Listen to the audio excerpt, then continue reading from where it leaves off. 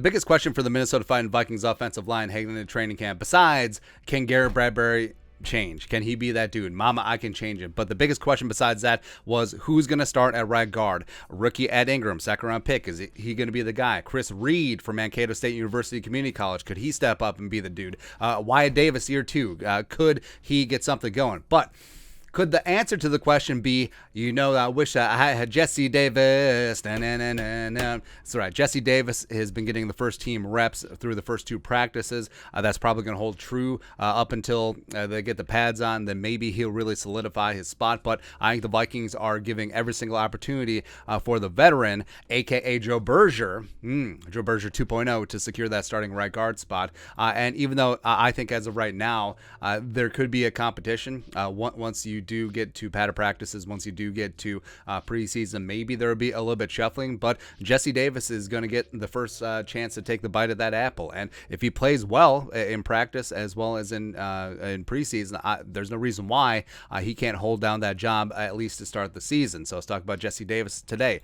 Background. By the way, like if you told me that he was Nick Offerman, aka Ron Swanson's illegitimate son, I could see it.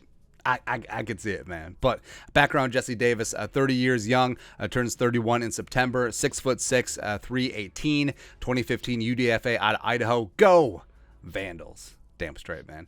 Bounced around, was initially with the Seahawks and then went to the Jets for a couple years before hitting it big with the Dolphins. Has been a full-time starter for them since 2017.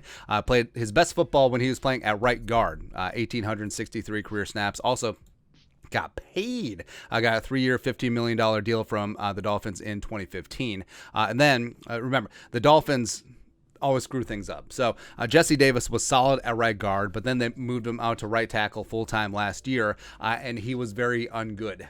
57 pressures, 8 sacks, 5% pressure rate, which is unthinkable for a tackle, as well as 4 penalties. Now, there's a number of things. Number one, he was playing out of position. Number two, playing right tackle for a left-handed quarterback, it's so weird because you're protecting the quarterback's blind side. Defense corners will switch things around, so you're up against premier pass rushers.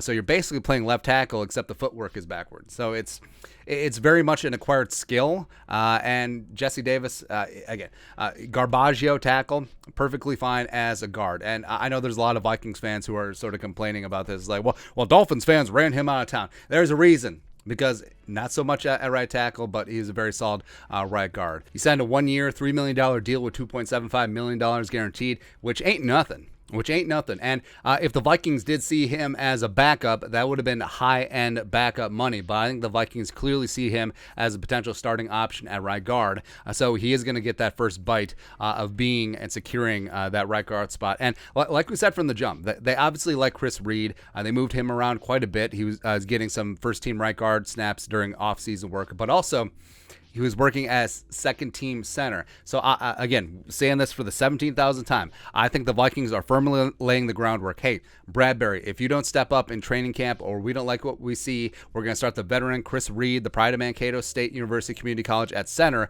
and then Jesse Davis will hold it down at right guard until maybe Ed Ingram rises up. Maybe Wyatt Davis gets something going. Maybe this turns into an actual competition. But I think as of right now, this is Jesse Davis's job to lose, and I'm pretty okay with that because, again, Jesse Davis tackle, not good. Jesse Davis guard, good enough, right? So he'll get things done. And like we said, the aforementioned Joe Berger, a guy who bounced around, was a journeyman, and also spent some time with the Dolphins, landed here in Minnesota and really got things going. Joe Berger is probably the best Vikings offensive lineman of the 2010s.